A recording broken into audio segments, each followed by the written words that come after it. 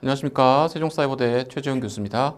컴퓨터 활용 1급 필기 기출문제에서 컴퓨터 일반 부분들을 이제부터 진행하도록 하겠습니다. 자, 첫 번째 문제 여러분들이 함께 같이 살펴보도록 하죠. 다음 중 사운드의 압축 및 보공과 관련된 기술에 해당하지 않는 것은, 자, 여기서 중에 포인트는 사운드의 압축이라고 하는 사운드의 포인트가 있죠.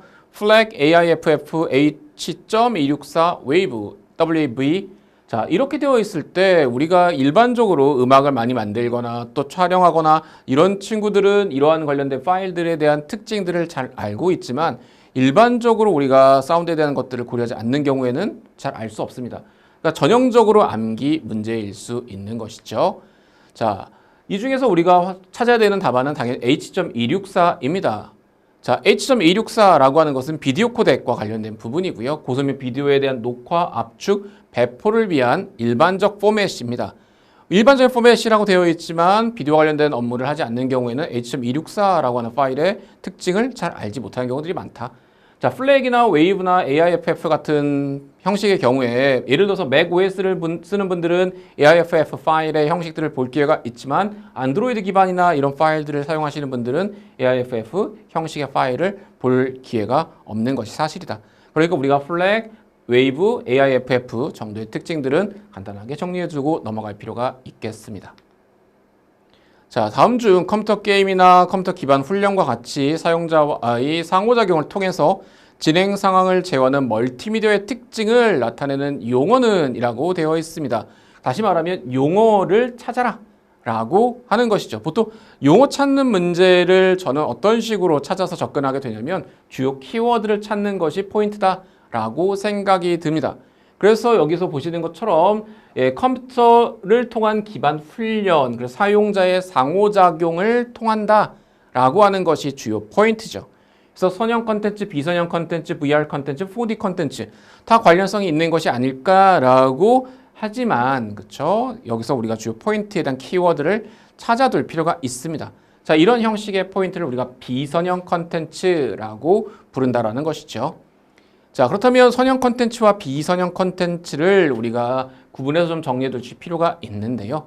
선형 컨텐츠라고 하는 선형, sequential이라고 하는 것은 우리가 영어 화면과 같은 형태의 형식을 선형 컨텐츠라고 부르는 데 반해서, 비선형 컨텐츠라고 하는 것은 하이퍼미디어 컨텐츠, 다시 말하면 우리가 서로 상호작용이 가능한 형식의 구조를 갖고 있다 라고 하는 것이 비선형 컨텐츠의 주요 특징이라고 할 수 있겠습니다.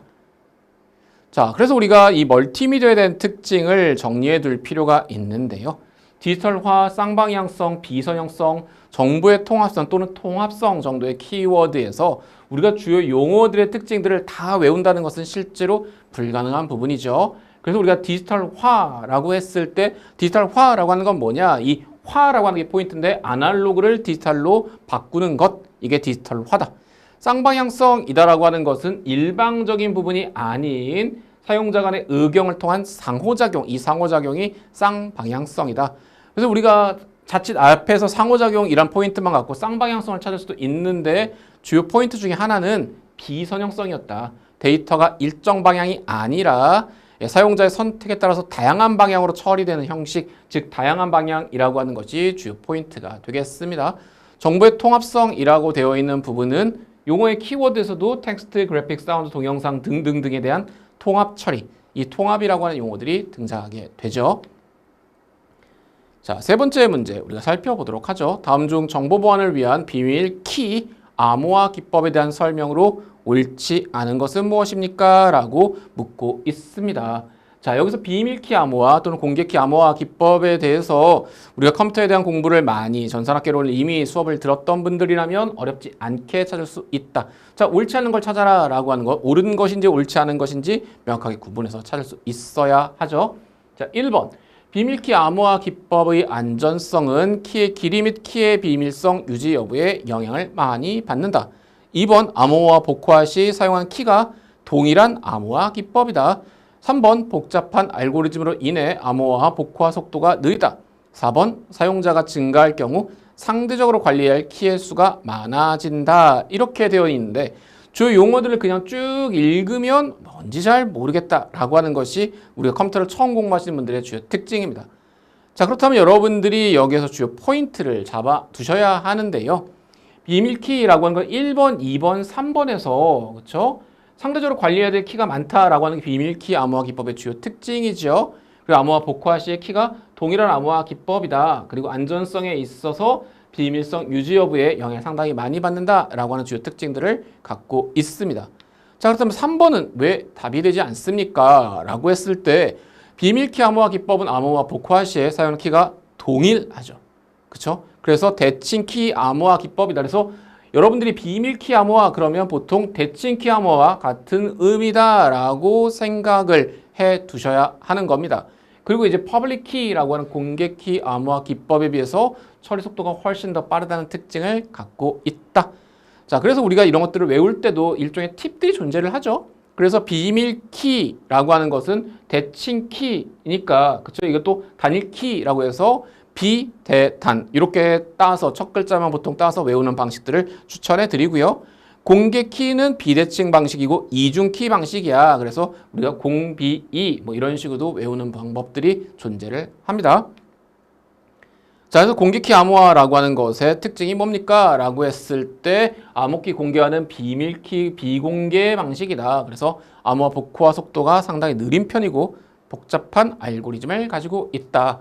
그래서 키 분배에 용이하고 관리할 키수가 적은데 대표 방식이 뭡니까? 라고 하면 우리가 RSA 방식이다 라고 하는 것들을 정리해 두셔야 하겠죠.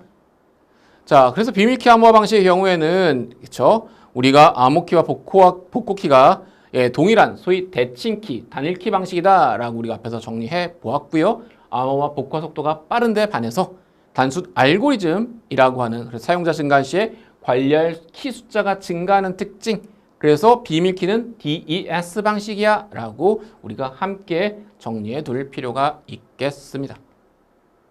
자, 네 번째 문제 살펴보도록 하죠. 다음 중 분산 서비스 공격, 우리가 DDoS라고 보통 부르는데 이 DDoS에 관한 설명으로 옳은 것은 이라고 되어 있습니다.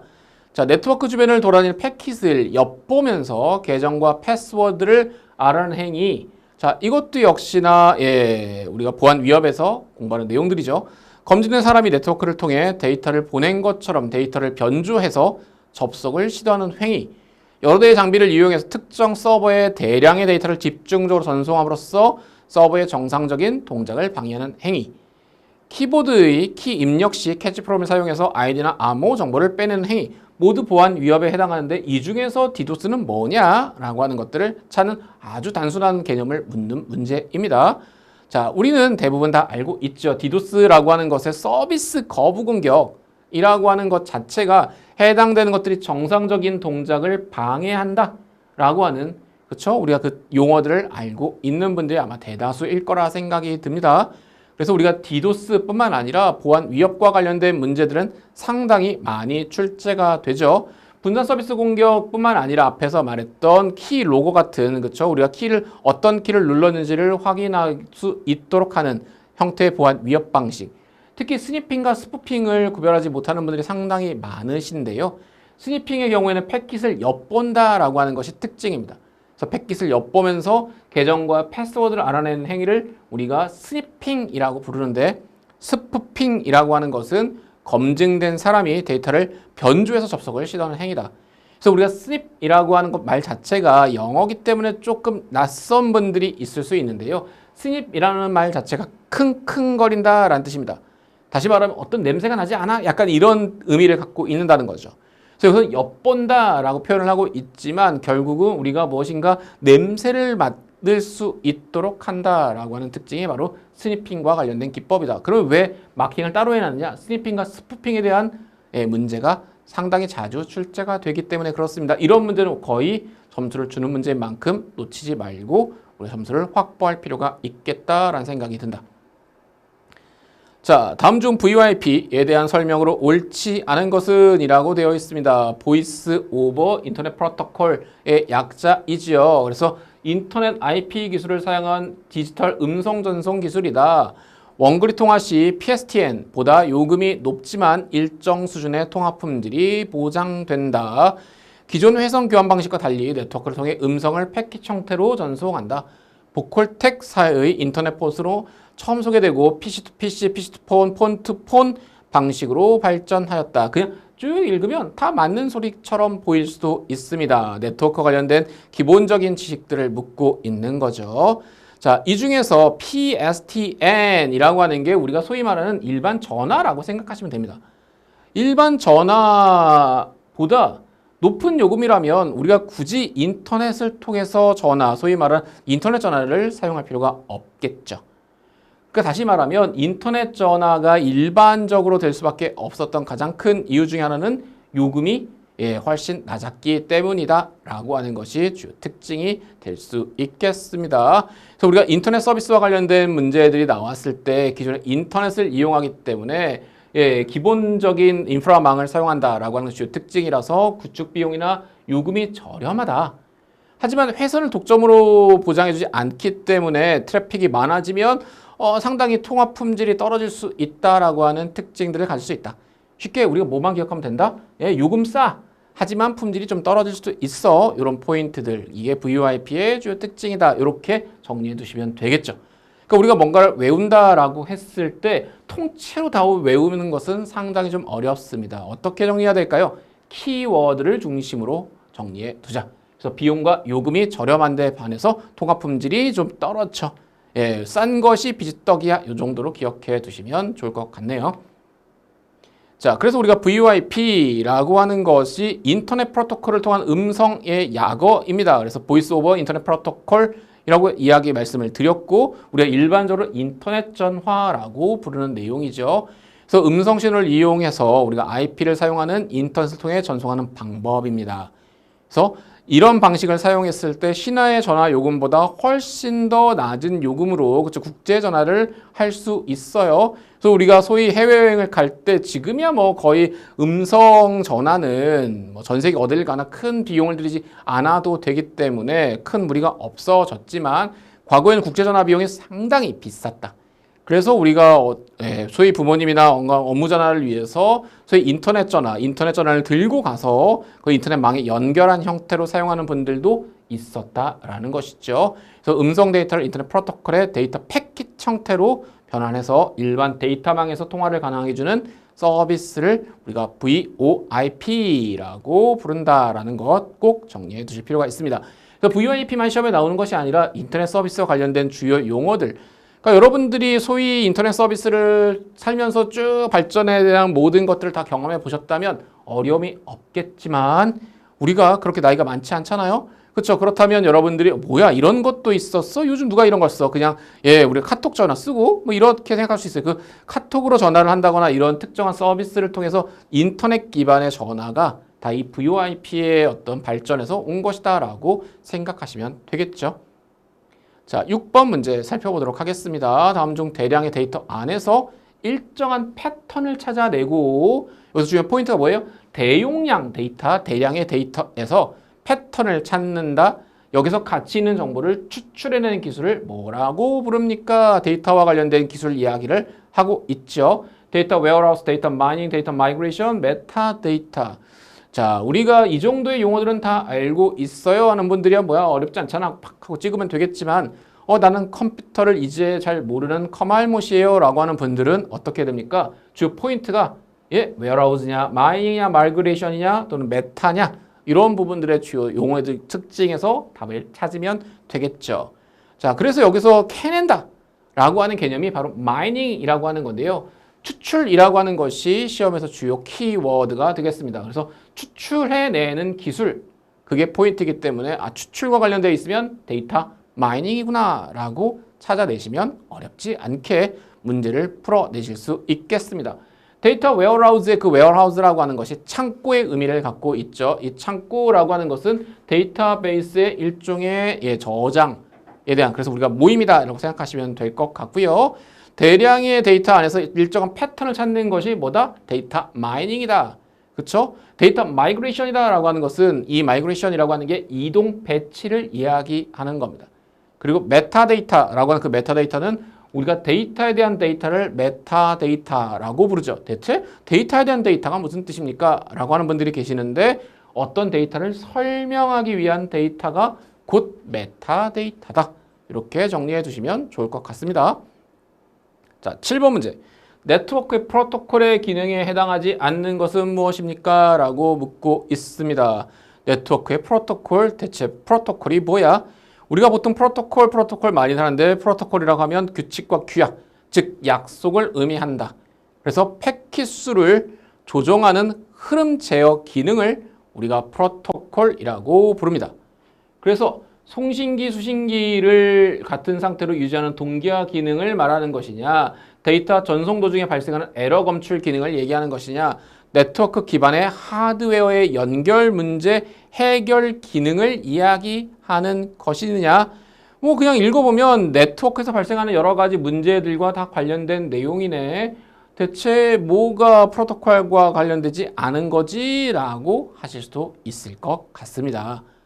자, 그런데 여기서 중요한 포인트는, 그쵸? 프로토콜이라고 하는 게 통신망에서 부러지는 여러 가지 규칙과 약속입니다. 자, 그런데 이제 4번에 보시면 하드웨어 연결 문제 해결 기능 이렇게 되어 있죠. 하드웨어에 관련되어 있는 것이 아니라, 그쵸? 그 안에서 벌어지는 여러 가지 규칙과 약속들을 이야기하고 있는 것이다 라고 하는 것이죠. 다시 말하면 패킷에 대한 흐름을 제어하거나 같은 상태로 유지하는 동기화 기능이나 에러 검출 기능과 관련되어 있는 것들이 바로 네트워크 프로토콜과 관련되어 있다라는 겁니다.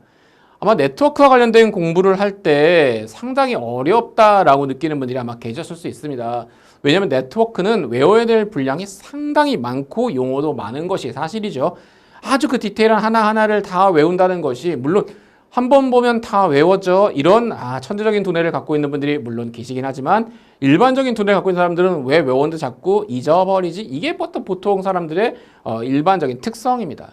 그렇다면 우리는 어떻게 해야 될까요? 라고 했을 때 프로토콜, 이게 뭡니까? 라고 하면 네트워크 내에서 소위 연결되어 있는 컴퓨터 간의 정보 교환을 할 수 있도록 하는 통신과 관련된 규칙이나 약속 또는 규약을 프로토콜이라고 부르고, 이 프로토콜은 흐름 제어 동기와 에러 제어 기능이라고 하는, 그래서 다시 말하면 제어와 관련된 것 2가지, 그리고 동기와 관련된 것 1가지, 이렇게 정리를 해 두시면 여러분들이 아무래도 외우는 포인트들을 잡고 기억하는 것이 좋겠다. 물론 여러분들이 네트워크에 대한 풍부한 지식을 갖고 있는 분들이라면 흐름 제어가 뭔지, 에러 제어가 뭔지, 동기와 관련된 내용이 무엇인지를 이미 충분히 알고 있는 분들도 있을 수 있습니다. 하지만 이제 막 소위 말하는 컴활 자격증을 따면서 컴퓨터를 공부해야지 하는 분들에게 프로토콜이란 말도 어렵고 흐름 제어, 동기화, 에러 제어도 말이 어렵겠지만 포인트가 뭡니까? 제어 2개, 동기화 1. 동기화라는 게 뭐냐라고 했을 때 왼쪽과 오른쪽 A와 B가 같은 상태가 되게 만들어주는 것이 동기화. 이렇게 이해를 하시면 되겠죠. 자, 8번 문제 보도록 하겠습니다. 다음 중 인터넷 서버까지의 경로를 추적하는 명령이 트레이서트의 실행 결과에 관한 설명으로 옳지 않은 것. 자, 여기에서 트레이서트라고 하는 명령어를 모르면 이 안에 있는 내용들을 솔직히 알 수가 없습니다. 그러면 우리가 네트워크 관련된 여러 가지 실행 용어들을 실제로 우리가 공부를 할 때요, 여러분 단순하게 책 놓고 빨간 펜 들고 외워야 될 것들 마킹하면서 이렇게만 공부하시는 분들도 물론 계십니다. 하지만 컴퓨터에 대한 공부를 할 때 우리가 가장 좋은 방법은 뭡니까? 컴퓨터 옆에다 놓고 관련되는 것들을 실제로 실행해 가면서 옵션도 보고, 이런 기능이 있잖아 라고 우리가 정리를 해보면서 공부를 한다면 참 좋겠지만 그런 부분들이 힘든 분들도 있을 수 있어요. 그래서 트레이서트라고 하는 것이 서버까지 경로 추적하는 명령어구나. 일단 포인트 한 가지 잡고 관련된 내용에서 틀린 것들을 우리가 찾아서 포인트가 어떤 부분들을 잡고 문제가 출제되는지 등을 정리해 두시면 되겠죠. 자, 그래서 IP 주소 목적지까지 거치는 경로의 수, 각 구간 사이의 데이터 왕복 속도를 확인할 수 있다. 자, 도대체 경로의 숫자나 데이터의 왕복 속도 이런 것이 무슨 말인지 모르는 분들도 계실 수 있습니다. 괜찮아요. 우리가 처음 공부하는 거니까. 특정 사이트가 열리지 않을 때 해당 서버가 문제인지 인터넷망이 문제인지 확인할 수 있는 명령어 있지요. 인터넷 속도가 느릴 때 어느 구간에서 정체를 일으키는지 확인할 수 있다. 현재 자신의 컴퓨터에 연결된 다른 컴퓨터의 IP 주소나 포트 정보를 확인할 수 있다. 얼핏 보면 이게 다 경로를 추적하는 것과 관련된 내용처럼 보일 수도 있습니다. 자, 그런데 여러분들이 여기서 4번 현재 자신의 컴퓨터 연결된 다른 컴퓨터의 IP 주소나 포트 정보를 확인하는 내용은 트레이스얼트와 관련된 내용이 아니다라고 여러분들이 알 수 있다면 솔직히 뭐 어렵지 않게 문제를 찾을 수 있겠죠. 자, 그렇다면 4번의 내용은 대체 무엇이었습니까? 라고 했을 때 바로 netstat와 관련된 명령어입니다. 도대체 netstat라고 하는 용어가 무엇입니까? 라고 했을 때 현재 자신이 컴퓨터에 연결된 다른 컴퓨터의 IP 주소나 포트 정보를 확인하는 명령어가 바로 netstat와 관련된 명령어가 되겠습니다. 그래서 tracealt라고 하는 내용은 인터넷 서버까지 경로를 추적하는 명령어로 IP 주소, 목적지까지 거치는 경로의 수, 즉 다시 말하면 장비가 몇 개가 있는지 각 구간사의 데이터의 왕복수도를 확인할 수 있는 것이 주요 특징이 됩니다. 그래서 우리가 도대체 tracealt를 언제 사용합니까? 라고 했을 때 특정 사이트가 열리지 않을 때 해당 서버가 문제인지 인터넷망이 문제인지 등을 확인하고자 할 때 바로 이 tracealt라는 명령어를 사용한다는 것이죠. 그래서 인터넷 속도가 느릴 때 도대체 정체 구간이 어디인지를 찾고자 할 때 바로 사용한다는 명령어이다. 그럼 우리가 소위 글로 읽는 것보다요. 한번 tracealт 명령어를 쳐서 거기에 나오는 결과를 눈으로 보는 것이 훨씬 더 쉬운 것이 사실입니다. 자, 9번 문제 보도록 하겠습니다. 다음 중 IP 버전 6 주소에 관한 설명으로 옳지 않은 것은? 하고 묻고 있습니다. 16비트씩 8부분으로 총 128비트로 구성된다. 각 부분은 10진수로 표현되고 세미콜론으로 구분한다. 주소체계는 유니캐스트, 멀티캐스트, 애니캐스트로 나누어진다. 실시간 흐름 제어로 향상된 멀티미디어 기능을 지원한다. 자, 얼핏 보면 다 맞는 것처럼 보인다는 것이 이 컴퓨터 시험의 주요 특징입니다. 그래서 우리가 알고 보면 쉽지만 모르면 하나도 안 보인다라고 하는 것이 컴퓨터 시험의 주요 특징이죠. 그래서 여러분들이 여기에서 주요 포인트는요. 바로 이런 숫자에 예민하게 시험에 나온다라는 겁니다. 시험에서 주로 나오는 것들 중에 어떤 부분들이 도대체 틀리게 만들까? 시험 내는 분들의 이 속을 잘 들여다보시면 참 좋은데요. 10진순위, 우리가 16진순위, 2진순위 이런 진수 변환 같은 것들은 여러분들 충분히 하실 수 있으시죠? 세미콜론인지 아니면 이것이 콜론인지 치사하게 설마 콜론? 이렇게 나오는 분들이 있을 수도 있지만 바로 그런 부분들을 디테일하게 차이점들을 만들어 놓고 시험에 나오는 것이 일반적이다. 그래서 실제 우리는 어떻게 됩니까? 라고 하면 말씀드린 것처럼 16진수로 표현이 되고 콜론으로 구분이 됩니다. 여기서는 두 가지가 다 틀린 거죠. 그렇죠? 둘 중에 하나만 틀려도 틀리게 되는 거지만 16진수로 표현이 되고 콜론으로 구분된다라고 하는 이런 부분들을 우리가 포인트로 찾고 갈 필요가 있겠습니다. 자, 10번 다음 중 객체지향 프로그램의 특징으로 옳은 것은 무엇입니까? 라고 되어 있네요. 자, 객체에 대해서 절차적 프로그램의 장점을 사용할 수 있다. 객체지향 프로그램은 주로 인터프리터 번역 방식을 사용한다. 객체지향 프로그램은 코드의 재사용과 유지 보수가 용이하다. 프로그램의 구조와 절차에 중점을 두고 작업을 진행한다. 자, 여러분들이 여기서 주요 포인트들을 잡을 필요가 있죠. 절차적 프로그래밍, 인터프리터, 재사용, 유지 보수, 구조와 절차의 중점, 그쵸? 이런 부분들에 있어서 여러분들이 공통적으로 보여지는 것들이 있고요. 이건 좀 다른 것인데 라고 하는 것들이 보여져야만 찾을 수 있는 부분이다. 당연히 옳은 것들을 찾는 문제이지요. 자, 그렇다면 어느 것이 객체지향과 관련이 되어 있습니까? 라고 하면 객체지향의 가장 큰 특징은 코드의 재사용과 유지보수가 용이하다라고 하는 특징을 갖고 있지요.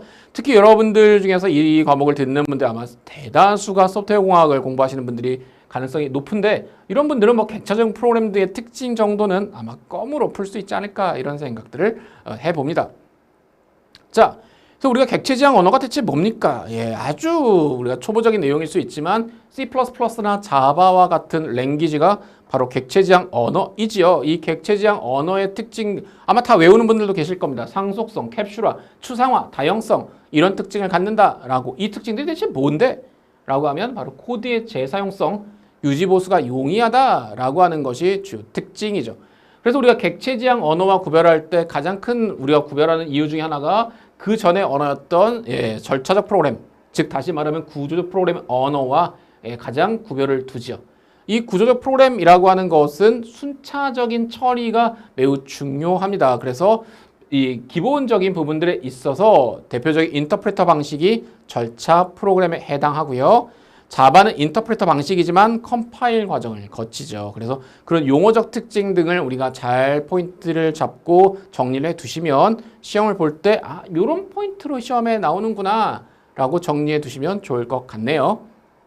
자, 그래서 우리가 객체 지향 프로그래밍이라고 하는 것에 있어서 주요 포인트가 뭡니까? 라고 하면 바로 객체이지요. 그래서 이 객체라고 하는 단위를 이용한다라고 하는 것이 주요 특징이 되겠고요. 현실 세계에 가까운 방식의 프로그램이다. 그래서 이 객체 지향 프로그램이 등장을 하면서 프로그램 하는 방법이 훨씬 더 쉽고 조작하는 방법들이 되었다. 그래서 우리가 유지 보수 가능성을 높이고 소위 말하는 재사용 가능한 프로그램을 만들 수 있다라는 것이 바로 이 객체 지향 프로그램의 주요 특징이 되겠습니다. 자, 여러분들 11번 문제를 보시면 다음 중 아스키 코드에 대한 설명으로 옳지 않은 것은? 이라고 묻고 있네요. 자, 아스키 코드 3개의 존 비트와 4개의 디짓 비트로 하나의 문자를 표현한다. 데이터 통신용으로 사용하고 128가지의 문자를 표현할 수 있다. 2비트의 에러 검출, 1비트의 에러 교정 비트를 포함한다. 확장 아스키 코드는 8비트를 사용하여 문자를 표현한다. 자, 여기에도 숫자들이 여러 개 등장을 하죠. 이런 숫자들에 주목할 필요가 있다라고 말씀을 드렸습니다. 자, 그래서 여기에서 왜 2비트의 에러 검출 그리고 1비트의 에러 교정 비트를 포함하냐? 이런 것들이 되게 중요합니다. 이런 부분들이 대체 뭡니까? 라고 하면 바로 해밍 코드와 관련된 부분인데요. 이 해밍 코드는 에러 검출 코드와 관련되어서 우리가 기억해야 될 주요 용어죠. 그래서 우리가 숫자들에 예민하게 그 포인트, 어떻게 그렇게 디테일하게 다 기억합니까? 라고 하는 분들이 왕왕 계시는데요. 우리가 이런 걸 기억하는 방법 중에 하나는 그 숫자들이 어떻게 시험에 나왔었더라 라고 하는 것들을 같이 기억해 두시고 밑줄 그어놓고 포인트를 정리해 두시면 뭐 어렵지 않게 할 수 있습니다. 왜? 우리가 이것들을 소위 말하는 구멍 빵 뚫어놓고 블랭크를 채우는 형태의 시험이 아니라 어떻게 됩니까? 객관식에서 찾는 거죠. 그렇죠? 근데 그 찾는 걸 때 처음엔 잘 안 찾으지만 우리가 여러 번 해보다 보면 바로 너구나 이런 것들이 이제 보이기 시작한다라는 겁니다.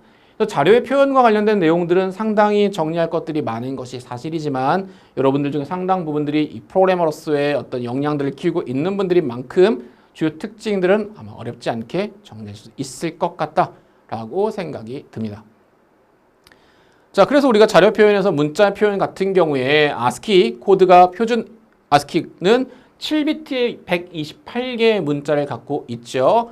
그래서 우리가 표준이냐 그리고 확장이냐 이렇게 정리를 해줄 필요가 있는데요. 우리가 표준은 7, 128, 확장은 8, 256 이렇게 정리해 두시면 되겠네요. 그래서 우리가 앞에서 봤던 3번 같은 경우에는 오류 검출과 교정까지 할 수 있는 해밍 코드에 대한 설명이다. 그렇죠? 그래서 아스키 코드의 주요 특징 중에 하나가 1비트 패러티 비트를 사용하는 통신용에서 오류를 검출할 때 사용한다라고 하는 것이 주요 특징이 되죠. 자, 12번 문제 보도록 하죠. 다음 중 하나의 컴퓨터에 여러 개의 중앙 처리 장치를 설치해서 주기억 장치나 주변 장치를 공유해서 신뢰성과 연상 능력을 향상시키는 시스템은 대체 뭡니까? 시그널 처리 시스템, 다중 프로그래밍 시스템, 듀플렉스 시스템, 다중 처리 시스템. 자, 이 모든 것을 다 경험해 보셨다면요. 아마 그런 분들은 연배가 70은 넘으셨을 겁니다. 아마 이 모든 시스템을 다 경험해 보신 분들은 없어요. 그러니까 우리가 살면서 경험해 보는 것들이 아니라 이런 것도 있었대. 그리고 그 용어는 이런 특징들을 이야기한대. 이런 것들을 우리가 정리해 두고 단순 암기력을 테스트하는 문제이죠. 자, 그래서 이걸 왜 외워야 돼? 라고 하는 것이 중요한 포인트가 아니고요. 그쵸? 여기에서 여러 개, 이게 중요하죠. 여러 개의 중앙 처리 장치를 설치하여. 그쵸? 여기에서 이제 멀티 프로세싱이냐, 멀티 프로그래밍이냐, 멀티까지는 찾았는데 이게 멀티 프로그래밍인지 멀티 프로세싱인지 이거를 구별하지 못하는 분들이 왕왕 계십니다. 힘들죠. 그래서 여러분들이 정리하실 때 멀티 프로그래밍과 멀티 프로세싱을 명확하게 정리할 필요가 있겠다. 그래서 멀티 프로그래밍의 경우에는 한 대의 CPU, 그렇죠? 멀티 프로세싱은 여러 개의 CPU 이렇게 정리를 해두실 필요가 있죠. 그와 관련해서 우리가 타임 쉐어링과 듀플렉스도 정리해 볼 필요가 있는데요. 타임 쉐어링이라고 하는 것은 한 대의 시스템을 여러 사용자가 사용하는 방식이 타임 쉐어링입니다. 반면에 듀플렉스라고 하는 것은 두 개의 동일 시스템을 구동시켜서 한쪽을 삭제해서 한 번 더 예비로 사용하는, 즉 여기서 주요 포인트는 한쪽을 삭제해서 예비로 사용하는 방법을 우리가 듀플렉스라고 부른다. 그러니까 이거 통으로 외우는 건 상당히 어렵기 때문에 한 대의 CPU, 여러 개의 CPU, 이게 두 개 아니죠, 그렇죠? 여러 개의 CPU, 그리고 한 대 시스템을 여러 사용자가 동시에 사용하는 방식. 그래서 이런 타임 쉐어링 시스템의 경우에는 정말 과거의 컴퓨터 시스템을 사용하셨던 선생님들의 선생님 시절에나 우리가 볼 수 있었던 환경이다라고 생각해 보시면 좋을 것 같네요. 자, 다중 프로그래밍과 우리가 다중 처리 시스템의 포인트, CPU 한 개냐, 두 개냐 꼭 정리해 두자. 포인트가 뭐냐? 멀티가 아니고 프로그래밍과 프로세싱이에요. 그 포인트 등을 우리가 정리해 두고 가셔야 합니다. 자, 13번 문제 보도록 하죠. 다음 중 CPU의 제어 장치를 구성하는 레지스터에 관한 설명으로 옳지 않은 거. 자, 여기서 주요 포인트가 뭡니까? 라고 했을 때 CPU라고 하는 것의 구조를 이해하고 있는가? 라고 묻고 있죠. 그 중에서 레지스터가 어떤 역할을 합니까? 라고 하는, 그쵸. 그리고 그 세부적인 역할들에 대한 것들을 우리가 좀 이해할 필요가 있다라는 것이죠. 그래서 프로그램 카운터, 명령 레지스터, 부호기, 메모리 주소 레지스터, 우리가 이제 이런 CPU를 설계하는 분들이야 맨날 이걸 보는 사람들이니까 잘 알고 있지만 우리는 그냥 컴퓨터를 사용하는 일을 하시는 분들이 대부분이시죠. 그래서 CPU가 뭔 일 하고 있는지는 얘가 사람의 두뇌의 역할을 한대. 그쵸? 그리고 이제 CU라고 하는 컨트롤 유닛이 있고 그 안에 레지스터가 있어까지는 기억하는데 그 레지스터의 세부 내용들이 뭐가 있는지를 모르겠다 라고 하는 분들이 분명 계실 수 있습니다. 그쵸? 자, 그렇다면 우리가 프로그램 카운터라고 하는 것의 부분은 프로그램에 실행된 명령어의 개수를 계산한다. 그냥 얼핏 보면 이거 맞는 거 아니야? 라고 하실 수 있는데 이 프로그램 카운터라고 하는 것은 우리가 다음번에 실행할 명령어의 번지를 기억하는 레지스터의 역할입니다. 그래서 여기 포인트가 뭐예요? 번지를 기억하는 레지스터. 그쵸? 여러분들이 그런 포인트들을 기억해 둘 필요가 있겠습니다.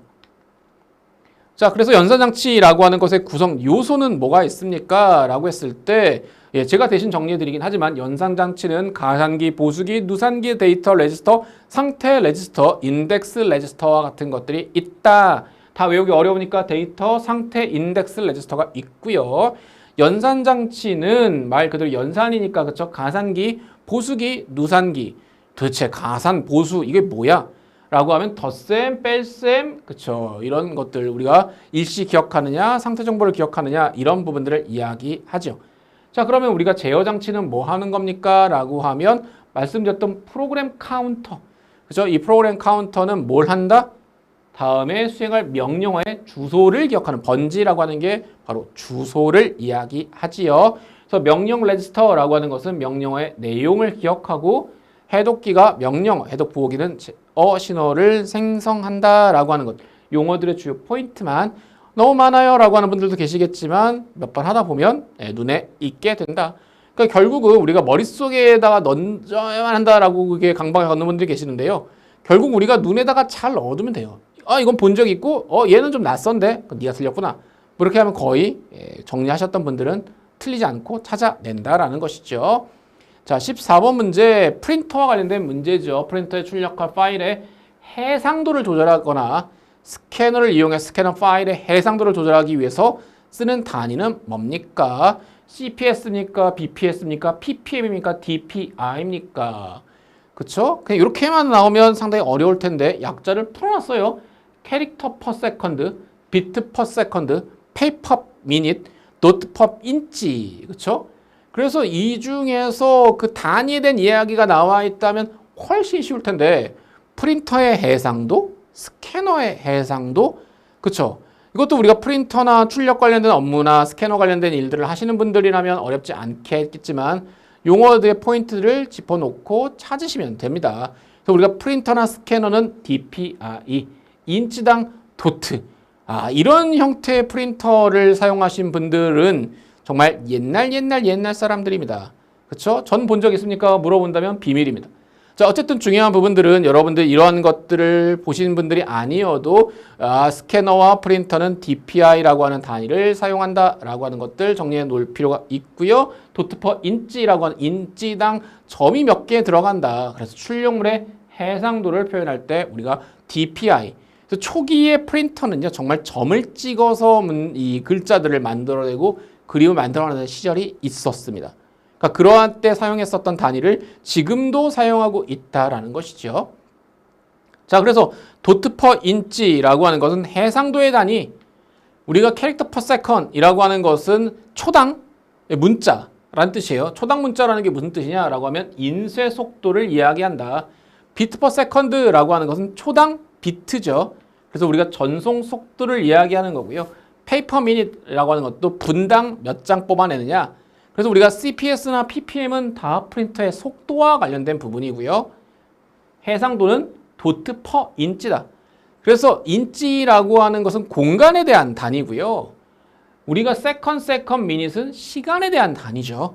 그래서 우리가 시간에 대한 단위냐, 공간에 대한 단위냐에 따라서도 우리가 구별을 해 두시면 기억하시는 것들이 훨씬 더 용이할 수 있겠다라고 말씀을 드려봅니다. 자, 15번 문제. 다음 중 바이오스에 관한 설명으로 옳지 않은 것은 바이오스가 대체 뭐예요? 베이직 인풋 아웃풋 시스템. 그쵸? 우리가 컴퓨터의 하드웨어에 대한 것들을 잘 아는 분들이라면 어렵지 않게 찰 수 있겠지만 난 하드웨어는 모르겠고 난 소프트웨어만 좋아 라고 하는 분들은 안 치네. 그쵸? 자, 그런데 이제 우리가 바이오스는 메인보드 상에 위치한 EP롬 혹은 플래시 메모리 칩에 저장되어 있습니까? 그쵸? 그래서 어디에 있니? 이 포인트들을 해 두시면 될 것 같고, 컴퓨터의 전원을 켜면 자동으로 가장 먼저 기동되고 기본 입출력 장치나 메모리 하드웨어 이상 유무를 검사하는 것이 바이오스와 관련되어 있느냐, CMOS 헤더 프로그램을 이용해서 시스템의 날짜, 시간, 부팅 순서 등의 일부 바이오스 정보를 설정할 수 있느냐, 주격장치 접근 속도 개선을 위해서 가상 메모리의 페이징 파일 크기를 설정할 수 있느냐. 다시 말하면 바이오스 설정을 해보신 분들이면 이런 것도 할 수 있겠구나 라고 하지만 과거의 컴퓨터 시스템의 안정성이 좀 떨어질 때는 이런 부분들을 건드려야 되는 경우들이 상당히 많았었습니다. 근데 요즘은 컴퓨터 관련된 일을 하시는 분들도 컴퓨터에 문제가 생기면 어떻게 해요? AS 센터에 그냥 맡겨요. 그래서 이런 것들을 경험해보지 못한 분들도 상당수 있을 수 있는데, 여기서 주요 포인트가 뭡니까? 라고 하면 주기억장치의 접근 속도 개선을 위해서 가상 메모리에 대한 페이징 파일 크기 설정은 iOS에 있습니까? 없습니까? 그쵸? 본 적이 없는데요. 봐도 잘 모르겠는데요. 라고 하실 수도 있어요. 그래서 우리가 바이오스라고 하는 부분은 컴퓨터의 기본 입출력 장치. 그쵸? 그래서 우리가 메모리 하드웨어 작동에 필요한 명령어가 그 안에 들어있다. 그래서 전원이 땅 하고 켜지면 컴퓨터에 문제가 있는지 없는지를 점검해서 장치 등을 초기화하고 인도가 시작될 때까지 이뤄지는 여러 가지 과정들이 다 바이오스에서 이뤄지는 겁니다. 그래서 이게 롬에 저장되어 있기 때문에 우리가 롬 바이오스라고 부른다라는 것이죠. 그래서 우리가 롬과 램 정도는 구별할 수 있죠. 그래서 하드웨어, 소프트웨어 중간 형태인 펌웨어, 즉 CMOS에 설정한 가능한 항목은 화면에서 보시는 것처럼 시스템 날짜, 시간, 하드디스크 타입, 부팅 순서, 칩셋, 전원 관리, PNP, 시스템 암호, 안티바이러스와 관련된 설정들이 보통 일반적으로 이루어집니다. 물론 읽어드렸지만 여러분들이 잘 안 외워집니다 라고 하는 분들도 계실 겁니다. 아마 바이오스를 처음에 어떻게 작동시키는지를 해본 적이 없는 분들도 계실 수 있어요. 해보지 마세요. 괜히 건드렸다가 컴퓨터에 여러 가지 설정들이 변경돼서 교수님 때문에 문제가 생겼어요 하지 마시고 바이오스와 관련된 용어들의 주요 특징들만 마킹해 놓고 외워두자. 자, 16번 문제 보도록 하죠. 다음 중 반도체를 이용해서 컴퓨터 보적 기억 장치로 크기가 작고 충격에 강하고 소음 발생이 없는 대용량 저장 장치. 그쵸? 자, 그럼 여러분들이 보시는 것처럼 하드디스크 드라이브, 디지털 버서틸 디스크, 즉 DVD, SSD, CD, RW, 그쵸? 이런 것들 중에서 우리가 무엇이 반도체를 이용했느냐? 하드디스크 드라이브를 우리가 실제로 분해해 본 적이 있는 분은 아마 거의 없으실 거예요. 그래서 하드디스크 드라이브가 어떤 식으로 되어 있는지 아마 책으로만 보셨을 텐데요. 원판으로 되어 있죠. 우리가 DVD나 CD, RW, 그쵸? 플라스틱처럼 생겨 있는 동그란 판때기로 되어 있는 것 여러분들 본 적 있으십니다. DVD와 CD, RW가 그쵸? 반도체로 이루어지지 않는 것 정도는 충분히 알고 있어요. 그러니까 우리가 SSD, 아마 컴퓨터 살 때 그쵸 하드디스크 드라이브나 SSD가 뭔지 모르고 샀던 분들도 있었겠지만 지금 그쵸 여러분들 하고 계신 업무의 특성상 아마 이런 문제는 껌 정도로 생각하실 수 있지 않을까라고 생각이 듭니다. 그래서 SSD 정도는 뭐 그냥 쉽게 찾을 수 있는 주는 문제, 그쵸? 랭큼 뭐가 되는 문제이죠. 그래서 우리가 하드나 DVD나 CD, RW나 또는 SSD가 갖고 있는 특징들 뭐 제가 특별히 설명드리지 않더라도, 그쵸? 관련된 용어들이나 숫자를 짚어보지 않더라도 우리가 충분히 알 수 있을 것이다 라고 생각이 되어집니다. 자, 17번 문제 보도록 하죠. 자, 다음 중 윈도우 10의 시스템 구성에 대한 설명으로 옳지 않은 것은? 우리가 윈도우라고 하는 운영체제를 일일이 다 열어가지고 설정들을 변경하고 그것들을 확인해 본 적이 없는 분들이 대부분입니다. 윈도우가 말썽을 부리지 않는 이상 윈도우에 대한 환경을 특별히 변경하시는 분들 잘 없고요. 우리가 운영체제라고 하는 것들에 대한 공부를 따로 과목으로 공부하지 않는 이상 우리가 윈도우를 분해해서 분석하고 공부하는 경우가 잘 없어요. 다시 말하면 우리가 윈도우라고 하는 것에 있어서 관련된 여러 가지 특징들을 다 정리해 두기 쉽지 않다라는 것이죠. 하지만 시험에 이런 것들이 막 적혀 있습니다. 그러면 어떻게 되죠? 그 포인트가 무엇인지를 보고 어떤 식으로 시험에 나왔는가라고 하는 것들을 파악해 두자. 자, 윈도우가 제대로 시작되지 않는 문제를 식별하도록 도와주는 고급 도구가 시스템 구성이냐? 시작 모드 선택의 선택 모드는 기본 장치 서비스로만 윈도우를 시작해서 발생된 문제를 진단하는 데 유용하냐? 한 번에 하나씩 공용 서비스 시작 프로그램을 끈 상태에서 윈도우를 재시작한 후에 다시 켤 때 문제가 발생하면 해당 서비스가 문제의 원인인 것들을 알 수 있냐? 부팅 옵션 중에 안전 부팅의 최소 설치를 선택하면 중요한 시스템 서비스만 실행되는 안전 모드 윈도우를 시작하고 네트워킹을 사용할 수 없는 상태도 시스템 구성에 있냐? 자, 이런 것들을 묻고 있습니다. 자, 이 중에서 우리가 찾아야 되는 것은 시작모 선택의 선택 모드 이것이 그쵸? 기본 장치나 서비스로만 윈도우를 시작해서 발생된 문제를 진단하는 데 유용한 것입니까? 자, 이런 것들을 우리가 파악하는 것이죠. 그래서 이것은 선택 모드가 아니라 진단 모드냐 정상 모드냐 이런 모드에 대한 이야기들을 하고 있는 겁니다. 그래서 윈도우 10에 대한 시작 모드 시에 정상 모드라고 하는 것은 우리가 일반적으로 그냥 부팅이 이루어지는 형태인 겁니다. 그래서 모든 장치의 드라이버나 서비스가 몽땅 다 올라가는 상태인 거예요. 반면에 진단 모드인 경우에는 기본 장치나 서비스만을 로드하는 거죠. 반면에 선택 모드는 우리가 하나씩 체크해 가면서 우리가 윈도우를 구동시키는 방식들을 이야기합니다. 우리가 이것들을 다 해보지 않은 경우들이 많기 때문에요. 시험에서 무엇을 묻고 있는가 각 상황별 특징들만 정리해두면 될 것 같다라고 생각이 되네요. 자, 18번 문제. 다음 중 윈도우 10의 폴더 옵션 창에서 설정할 수 있는 작업으로 옳지 않은 것을 묻고 있습니다. 1번 탐색창, 미리보기 창, 세부 정보창의 표시 여부를 선택할 수 있습니다. 자, 두 번째 숨긴 파일이나 폴더의 표시 여부를 지정할 수 있습니다. 세 번째 폴더에서 시스템 파일을 검색할 때 색인의 사용 여부를 선택할 수 있습니다. 4번 알려진 파일 형식의 파일 확장명을 숨기도록 설정할 수 있습니다. 폴더 옵션에서 여러분들이 폴더에 들어가셔서 옵션의 여러 가지 클릭 버튼들을 확인해 보셨다면 봐도 뭐가 바뀌는지 모르겠네 라고 하실 수도 있지만 그쵸? 윈도우에 대한 좀 우리가 고급 사용자의 경우에는 이런 것들을 해보시는 분들이 있죠. 하지만 대부분 그런 것들을 하지 않는 이유가 뭡니까? 바뀐 화면보다는 그냥 우리가 익숙한 화면들을 사용하는 것이 편하기 때문에 그렇죠. 그러니까 이것들은 대부분 시험을 위한 부분입니다. 그래서 실제로 우리가 이런 문제를 풀 때는 윈도우 10의 폴더 옵션에 가셔서요. 클릭해 보고 그 안에 어디에 그 메뉴들이 있는지 그걸 누르면 어떤 화면들이 바뀌는지 등을 눈에 넣어두는 게 가장 좋습니다. 그래서 우리가 알고 있는 것처럼 듣는 것보다 한번 보는 게 더 빠르거든요. 하지만 여기서 주요 포인트는요. 탐색창, 미리보기창, 세부정보창의 표시 여부는 폴더 옵션에서 해당되는 부분이 아닙니다. 이건 뭡니까? 라고 하면 보기 탭의 창에서 선택하는 부분이세요. 그러니까 우리가 분명히 파일 탐색기 안에서 이런 것들이 있는데 이게 보기 탭의 창 메뉴냐 아니면 옵션 폴더 옵션 메뉴냐 이런 걸 어떻게 다 기억하냐 라고 하는 분들도 계실 수 있는데 클릭해 보면 돼요. 클릭해 보고 그 메뉴가 거기에 있었지. 그것도 요 정도만 기억해 두시면 된다. 요런 게 시험에 나오는구나 정도 체크해 두시면 되는 부분이죠. 그래서 폴드 옵션은 시험에 종종 나오는 만큼 우리가 기억해 둘 필요가 있겠습니다. 자, 19번 문제 보도록 하죠. 다음 중 윈도우 10의 백업과 복원에 관한 설명으로 옳지 않은 것은 특정 날짜나 시간에 주기적으로 백업이 되도록 예약할 수 있다. 백업에 사용되는 파일의 확장자는 BKF 파일이다. 백업된 파일을 복원할 때 복원 위치를 설정할 수 있다. 직접 선택한 폴더에 있는 알려진 시스템 폴더나 파일도 백업할 수 있다. 자, 얼핏 보면 다 맞는 이야기처럼 써놨죠. 이게 이제 시험 보는 특징이에요. 우리가 2급도 아니고 1급이기 때문에 다 말되는 것처럼 쓰여져 있습니다. 그런데 여기서 주요 포인트는 직접 선택한 폴더에 있는 알려진 시스템 폴더나 파일도 백업할 수 있다라는 부분이 옳지 않은 것이죠.